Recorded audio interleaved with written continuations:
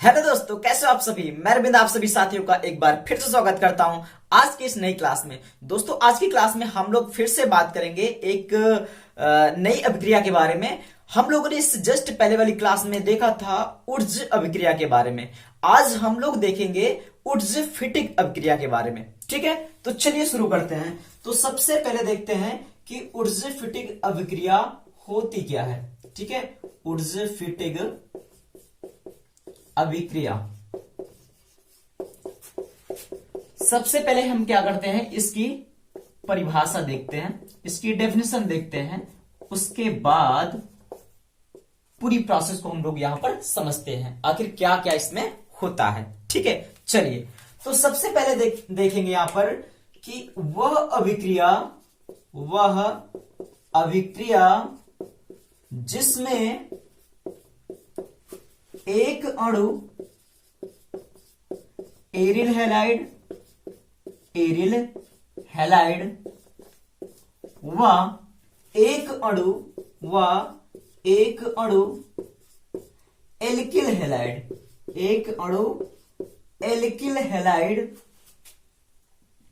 ठीक है, यहां पर क्या करना है आपको, एक अणु क्या करना है, एरिल हैलाइड व एक अणु एल्किल हैलाइड की शुष्क ईथर की उपस्थिति में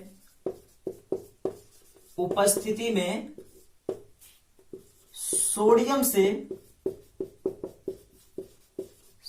से अभिक्रिया या क्रिया, जो भी आप बोल सकते हो, ठीक है, कराने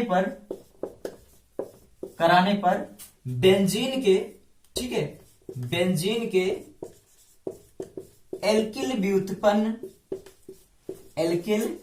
व्युत्पन्न प्राप्त होते हैं। ठीक है, तो वह अभिक्रिया जिसमें एक अणु एरिल हैलाइड, ठीक है, ध्यान देना, वह अभिक्रिया जिसमें एक अणु किसके, एरिल हैलाइड व एक अणु एल्किल हैलाइड। ओ, यहां पर मैं हैलाइड लिखना भूल गया, चलो जी।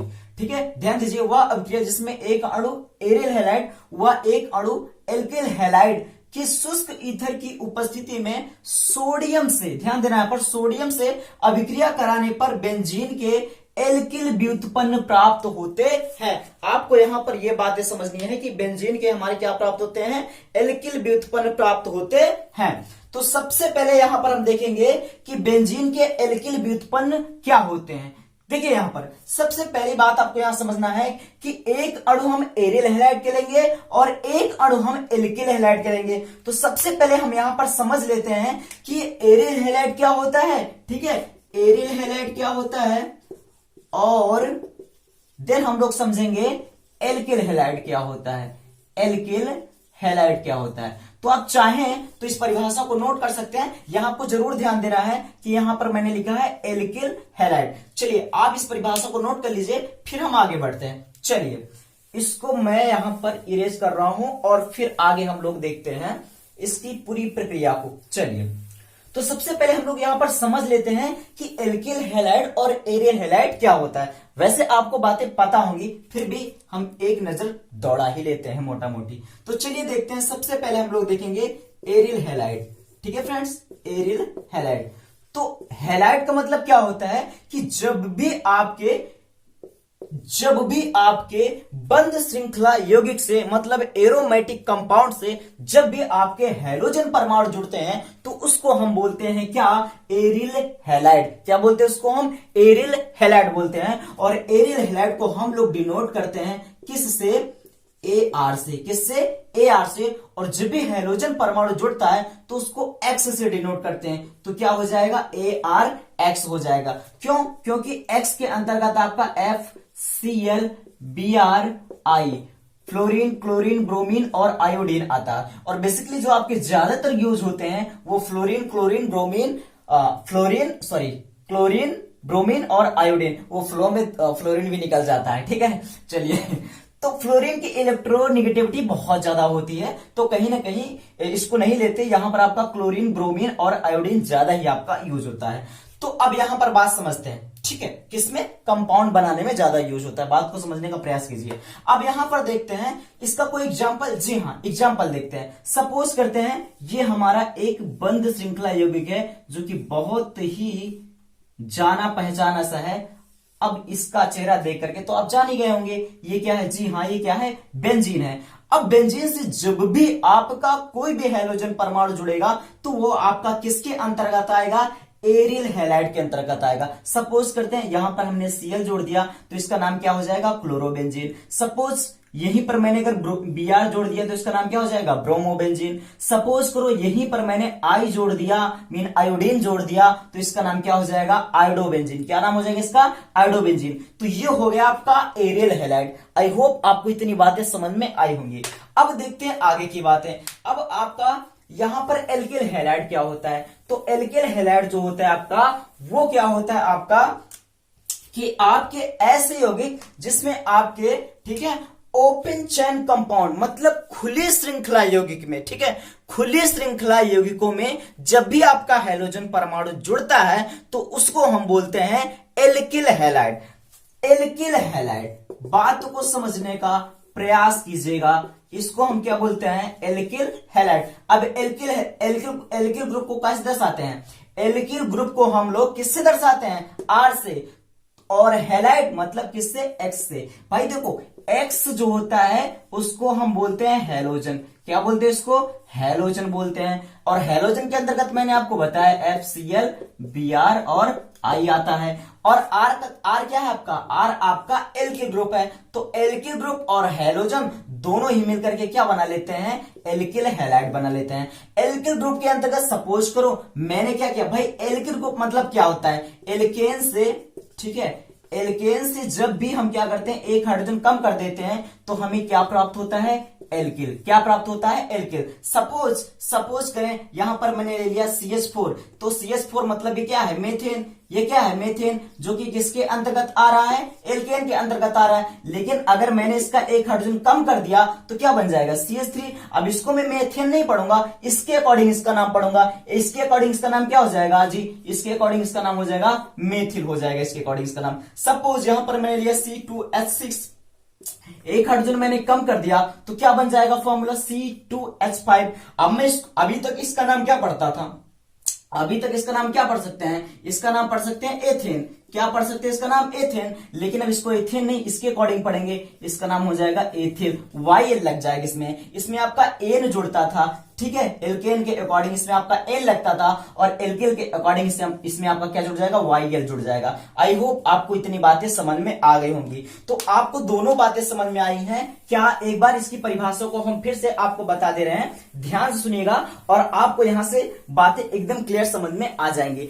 मैंने क्या बोला कि ऐसी अभिक्रिया जिसमें एक अणु एल्किल हैलाइड के और एक अणु एरियल हैलाइड के शुष्क ईथर की उपस्थिति में सोडियम से क्रिया कराते हैं तो हमें बेंजीन के एल्किल व्युत्पन्न प्राप्त होते हैं। ऐसी अभिक्रिया को हम क्या बोलते हैं, उर्जिफिटिक अभिक्रिया बोलते हैं। तो चलिए यहां पर देखते हैं। अब यहां पर अगर हम लिख देते हैं सपोज, अब देखिए एल्किल हैलाइड या एरियल हैलाइड, तो सपोज यहां पर मैंने ले लिया एरियल हैलाइड, तो एरियल हैलाइड को किससे हम लोग डिनोट करते हैं, एरियल हैलाइड को किससे डिनोट करते हैं, AR से, तो ARX हो गया, ठीक है। एरियल को किससे डिनोट करते हैं, AR से, और हैलोजन मतलब आपका X हो जाएगा। उसके बाद फिर क्या करते हैं, सोडियम लेते हैं, और उसके बाद यहां पर हम क्या लेते हैं, थोड़ा सा पास में लिखो नहीं तो हो सकता है कि जगह कम पड़ जाए। चलिए देखते हैं यहां पर, अजी हो जाएगा पूरा, खैर कोई बात नहीं। तो यहां पर मैंने लिया ARX plus Na mean sodium हमारा, प्लस यहां पर हम क्या करते हैं RX क्या है, अब ये हमारा है एरियल हैलाइड। ध्यान समझने का प्रयास कीजिए, ये हमारा क्या है, एरियल हैलाइड, एक ही अणु लिया इसका, और ये क्या है हमारा सोडियम, ये क्या है हमारा सोडियम, और ये क्या है हमारा एल्किल हैलाइड, ये क्या है हमारा एल्किल हैलाइड, ठीक है, ये क्या है एल्किल हैलाइड। अब यहां पर ध्यान से देखेंगे, आप ध्यान से देखेंगे तो आपका बनेगा क्या, यहां पर बनेगा AR सिंगल बॉन्ड, आपका बनेगा R, और यहां पर ध्यान देखिए आपका एक हैलोजन परमाणु ये है और एक हैलोजन परमाणु ये है। अब हैलोजन जितने भी होते हैं आपका, चाहे Cl, Br, आई, इन सब की जो वैलेंसी होती है, इन सब की जो संयोजकता होती है वो एक होती है, और सोडियम की भी संयोजकता एक ही होती है। तो इसका मतलब क्या है कि अगर दो हैलोजन परमाणु हैं और तो सीधी सी बात है सोडियम से अगर जुड़ेंगे तो सीधी सी बात है अगर दो हैलोजन तो दो सोडियम भी होना चाहिए। तो इसके हम अणुओं की संख्या कर देते हैं 2। तो आपका ये बन जाएगा क्या, 2NaX बन जाएगा। इसका मतलब आपका आपका ये बन गया। अब इसको पहले समझते हैं, ये आपका क्या बन गया, ये आपका बन गया सोडियम हैलाइड। समझ में आ रही बातें, ये आपका क्या बन गया, सोडियम हैलाइड बन गया आपका।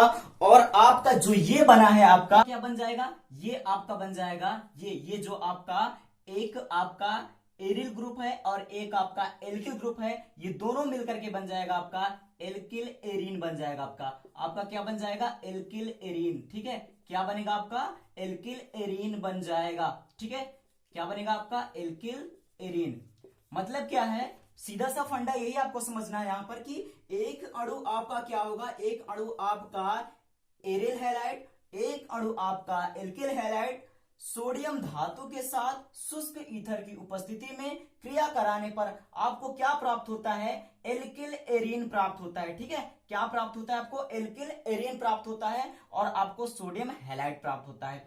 अब एल्किल एरीन का मतलब क्या है कि आपका यहां पर जो क्लोज्ड चेन कंपाउंड होगा, जैसे कि आपका बेंजीन होता है। ठीक है, अब बेंजीन के साथ आपके एल्किल ग्रुप जुड़ेंगे। सपोज करो यहां पर आपका CH3 जुड़ जाए, C2H5 जुड़ जाए, तो इस तरीके का स्ट्रक्चर आपको प्राप्त होगा, उसी को हम बोलेंगे एल्किल एरीन के नाम से इसको हम जानेंगे। ठीक है, चलिए जी, आ जाओ।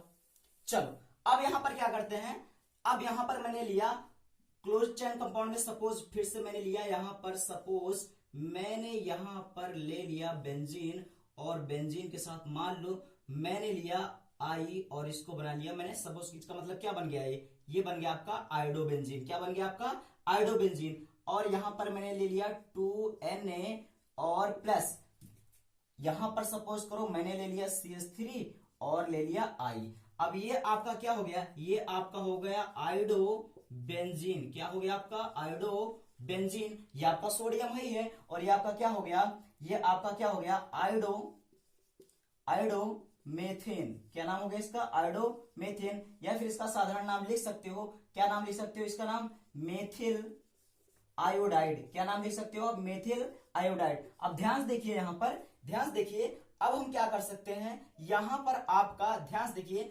आपका आयोडीन का एक अणु ये और एक ये, तो एक आयोडीन यहां है, एक आयोडीन आपका यहां है, तो दोनों ही आयोडीन किसके के साथ चले जाएंगे, सोडियम के साथ चले जाएंगे। तो आपका बन क्या जाएगा जी, 2NaI मीन आपका ये बन गया सोडियम आयोडाइड। क्या बन गया आपका, सोडियम आयोडाइड। और आपका बचा क्या है, ध्यान देखिए, अब यहाँ का आयोडीन तो Na के साथ चला गया, अब ये जो CH3 बचा है, ये आपका जो मेथिल बचा है, ठीक है, ये आपका मेथिल ग्रुप इसके साथ ऐड हो जाएगा। तो ये आपका कहीं ना कहीं इस तरीके का स्ट्रक्चर बनाएगा, और ये जो स्ट्रक्चर हमें नया प्राप्त होगा ये आपका बन जाएगा टॉलुइन। क्या बना लेगा, टॉलुइन बना लेगा। ठीक है, आपका क्या बना लेगा, टॉलुइन बना लेगा। आपका समझ में आ रही बात है, क्या बना लेगा आपका, टॉलुइन बना लेगा। ठीक है, टॉलुइन बना लेगा।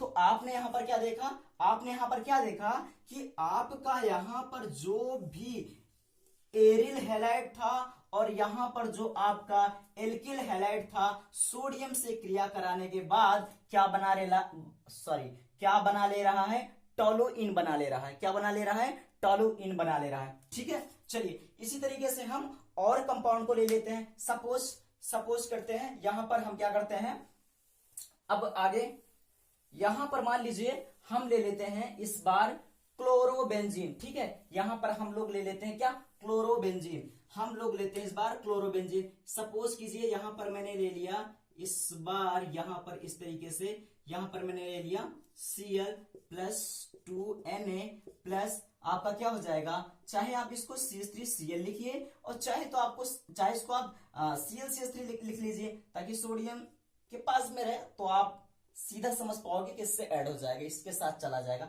बस उतनी सी बातें हैं और इतना ही आपका केवल फायदा है ऐसे लिखने का। खैर आ जाओ, हाँ यहाँ एक चीज ध्यान देना, यहाँ में शुष्क ईथर लिख लेना है भाई। ठीक है, शायद इसके पहले मैंने लिखा नहीं, तो आप जरा ध्यान दे करके लिख लीजिएगा, शुष्क ईथर की प्रेजेंस में, ड्राई ईथर की प्रेजेंस में इस प्रोसेस को हम लोग करेंगे। चलिए, तो यहां पर आपका क्या हो जाएगा कि सोडियम के साथ एक क्लोरीन ये एक क्लोरीन ये एक चला जाएगा, तो आपका क्या हो जाएगा 2NaCl, क्या बना लेगा, सोडियम क्लोराइड बन गया आपका। और फिर ध्यान से देखिए, आपका इसी बेंजीन के साथ जब आपका CH3 जुड़ जाएगा तो फिर से आपका वही कंपाउंड बना लेगा क्या, अरे तू कैसे बन रहा है, सही से बन जा, फिर से आपका क्या बन जाएगा, फिर से आपका बन जाएगा भाई साहब, फिर से आपका वही बन जाएगा क्या, टालुइन, क्या बन जाएगा आपका, फिर से आपका बन गया ये टालुइन बन गया। तो आपने देखा कि ये जो पूरी प्रोसेस हुई इस तरीके से, हमने देखा कि एक अणु एरियल हैलाइड, एक अणु एल्किल हैलाइड को सोडियम धातु के साथ शुष्क ईथर की प्रेजेंस में जब करवाते हैं तो हमको क्या प्राप्त होता है, हमको क्या प्राप्त होता है, हमको प्राप्त होता है एल्किल एरिल, और यहां पर सोडियम आपका हैलाइड प्राप्त होता है। हैलाइड इसलिए मैंने बोल दिया क्योंकि X की जगह पर कुछ भी हो सकता है, Cl हुआ तो सोडियम क्लोराइड, Br हुआ तो सोडियम ब्रोमाइड, और आयोडीन हुआ तो सोडियम आयोडाइड, इसीलिए मैंने सीधा पढ़ दिया सोडियम हैलाइड। ठीक है, आई होप आपको इतनी बातें समझ में आ गई होगी। ठीक है, आपको इतनी बातें समझ में आ गई होंगी। तो दोस्तों, ये क्लास आपको कैसी लगी आप कमेंट सेक्शन में जरूर बताइएगा, और बाकी जो आपके डाउट हो आप कमेंट कीजिएगा, नेक्स्ट वीडियो में उसको मैं सॉल्व करने की पूरी कोशिश करूंगा। ठीक है, तो आप लोग ऐसे अपना प्यार बनाए रखें और फिर मिलते हैं अगली वीडियो में, तब तक के लिए बाय बाय, टेक केयर।